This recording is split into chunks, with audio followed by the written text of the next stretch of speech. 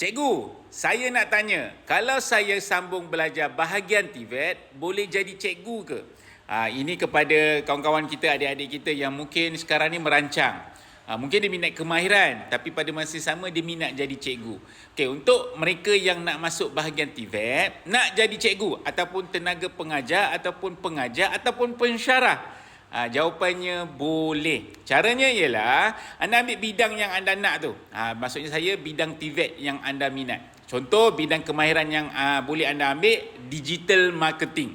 So bila anda ambil bidang digital marketing, selepas anda selesai contoh tahap 3, apa yang kalau anda plan nak jadi cikgu ataupun pengajar, tenaga pengajar, anda ambil satu lagi sijil. Namanya adalah Vocational Training Operation, VTO. So anda ambil VTO ataupun TVET-I, selepas itu, lepas saja selesai anda habiskan sijil tersebut, anda dapat sijil tersebut, anda layak jadi cikgu ataupun pengajar. Kalau dalam TVET ni kita panggil pegawai penilai untuk dalam TVET. So kepada mereka yang berminat untuk nak jadi tenaga pengajar dalam bahagian TVET, ambillah sijil VTO ataupun TVET-I selepas satu-satu bidang yang anda ambil dalam bidang kemahiran.